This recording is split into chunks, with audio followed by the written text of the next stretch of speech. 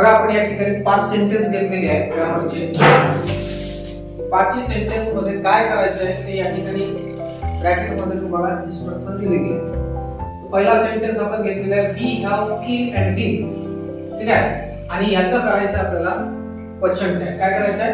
Question tag. दुसरा sentence घेतलाय doctor Kalam was a great scientist. याचं करायचं आहे मेक इट एक्सक्लेमेटरी, म्हणजे उद्गारवाचक वाक्य बनवायचे, एक्सक्लेमेटरी सेंटेन्स करायचं.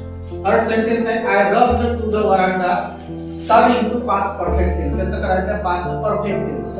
त्याच्यानंतर the baby was inert and lifeless add question tag. त्याचं क्वेश्चन टॅग करायचं आहे. त्याच्यानंतर मीना वॉज ऑप्टिमिस्टिक गर्ल.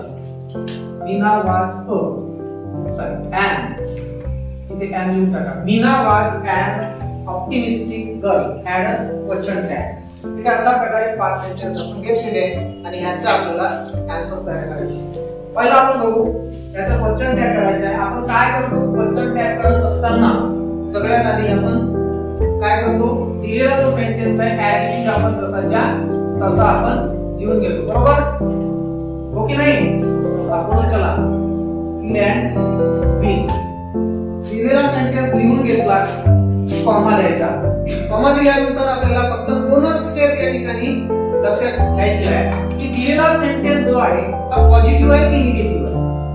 या ठिकाणी आपल्याला जर no not never nothing words आपल्याला दिसत नाही वर्डच्या नंतर, तर समजायचं की तो पॉझिटिव्ह आहे. आणि जर ते वर्ड्स असतील नो नॉट नेव्हर नथिंग यासारखे शब्द असतील तर तो निगेटिव्ह आहे. अर्थात हा सेंटेन्स मग काय आहे? पॉझिटिव्ह. सेंटेन्स पॉझिटिव्ह असेल तर टॅग काय आला पाहिजे? निगेटिव्ह आला पाहिजे. ठीक आहे ना? निगेटिव्ह येईल म्हणजे काय? तर तुम्हाला हेल्पिंग वर्बला नॉट जोडावा लागेल, कॉन्ट्रॅक्टेड करू. ठीक आहे, मग राहिला प्रश्न आता या वाक्यामध्ये हेल्पिंग वर्ब आलेला आहे का? असेल तर तो घ्यायचा, नाही आला असेल तर मग काय करायचं?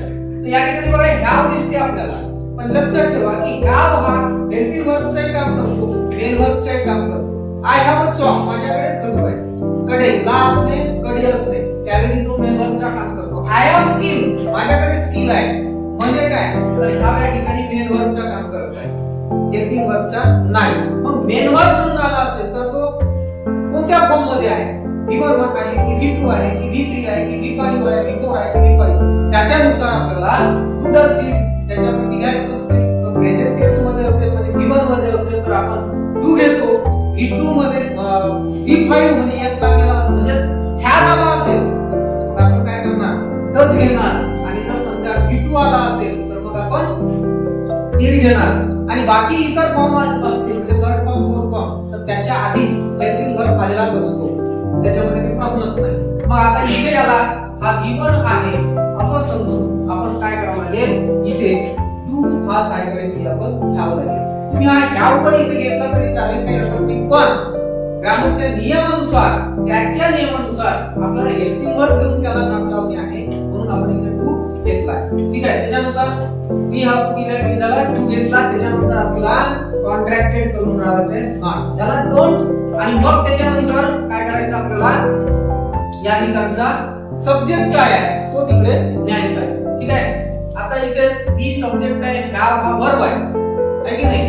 तर या ठिकाणी हा 1 नंबर मध्ये आला, हा 2 नंबर मध्ये आला आहे. याला आपण 1 2 च्या 2 वर करतो म्हणजे हा याच्यातला हेल्पिंग वर्ब इथे आला आधी आणि मग लास्ट मध्ये आपल्याला घ्यायचा आहे सब्जेक्ट 1 वाला. ठीक आहे, तर इथे सब्जेक्ट प्रोनाउन आहे, त्याच्यामुळे ॲज इट इज तसा प्रोनाउन आपण इथे घेणार आणि क्वेश्चन मार्क देणार. हा आपला टॅग. ओके, जर इथे नाउन असता तर आपण त्याचा प्रोनाउन इकडे लिहिला असता. त्याला पहिल्याचं दुसरं part doctor Kalam was a great scientist make it exclamatory. Exclamatory बनवायचं, उद्गारवाचक बनवायचं. दिलेला सेंटेन्स असर्टिव्ह आहे. बघा याचं एक्सक्लेमेटरी करत असताना इथे सुद्धा तुम्हाला ट्रिक काय लक्षात ठेवायची आहे. ठीक आहे, नियम पाठांतर नसले तरी निवड ट्रिकच्या आधारे आपण क्वेश्चन सॉल्व्ह करू शकतो. एक महत्त्वाची गोष्ट आहे की याच्यामध्ये एक्सक्लेमेटरी करत असताना आपल्याला व्हाट किंवा हाऊचा वापर करावा लागतो. सुरुवात व्हाट आणि हाऊ असते. मग व्हाट केव्हा घ्यायचा आणि हाऊ केव्हा घ्यायचा हे तुम्हाला ठरवायचं आहे. तर दिलेल्या सेंटेन्स मध्ये पहिल्यांदा सगळ्यात पहिले काय करायचं? सब्जेक्ट आणि वर्ब ओळखून घ्यायचा. तर डॉक्टर कलाम सब्जेक्ट आहे, वाज वर्ब आहे. परत इथून कट मारायचा, 2 तुकडे झाले, सेंटेन्स सेम. ठीक आहे. आता या दुसऱ्या तुकड्यामध्ये तुम्हाला आर्टिकल दिसतोय का? ए अँड द, या 3 पैकी आर्टिकल दिसतोय का? आहे. काय आहे? आलेला आहे. या दुसऱ्या तुकड्यात म्हणजेच इथे जो आलेला हा ग्रेट हा ऍडजेक्टिव्ह आहे त्याच्या आधी, किंवा तुम्ही असंही म्हणू शकता की व्हर्बच्या नंतर, तुम्ही असंही म्हणू शकता की आपण जे 2 पार्ट काढले तर दुसऱ्या पार्ट मध्ये सुरुवातीला आर्टिकल, 3 पैकी कुठलाही लक्षात ठेवा, दुसऱ्या पार्ट मध्ये सुरुवातीला आर्टिकल आलाय. असं असेल तर तुम्हाला स्टार्टिंग वाटणे करायची आहे, आणि हा नसेल ए अँड द आर्टिकल दिले तर तुम्हाला सुरुवात हाऊने करायची आहे. अर्थात इथे सुरुवात कशाने होते? आता वाटणे. ठीक आहे. वाट. त्याच्यानंतर हा पहिला पार्ट आपण केलाय आणि हा दुसरा पार्ट आपण केलाय. करायचं काय आता? 1 2. याला काय करायचं? 2 1 करायचं. म्हणजे सेकंड पार्टला आधी लिहा आणि फर्स्ट पार्टला नंतर लिहा. सिंपल. ट्रिकच लक्षात ठेवा. नियम ठामवर पाठांतर ठेवायची गरज नाही. Part a great scientist.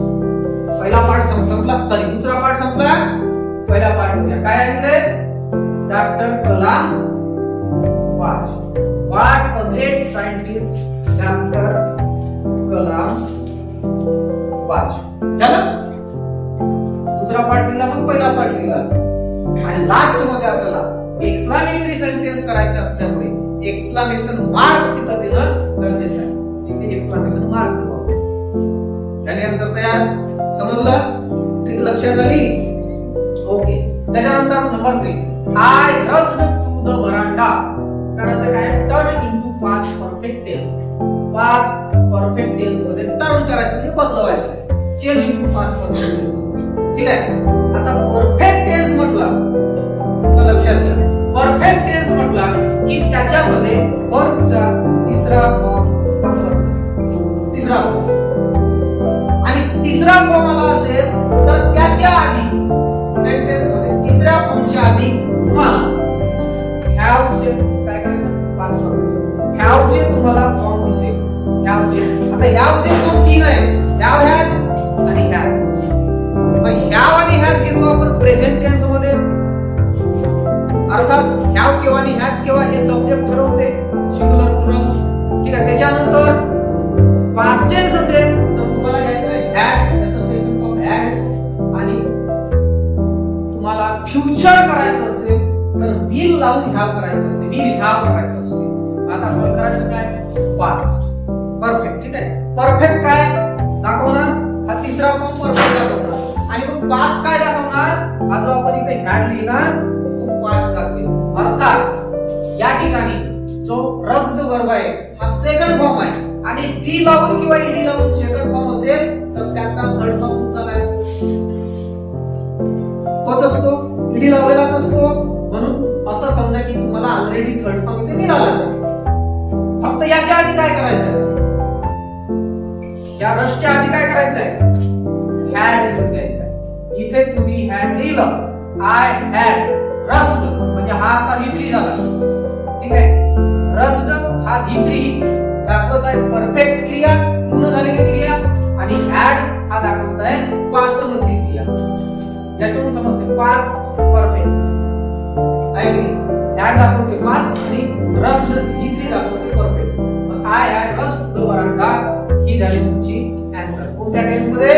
Past perfect tense. ठीक आहे. आधी कोणता टेन्स होता? सिंपल पास्ट टेन्स होता, कारण तिथे V2 वापरलेला होता.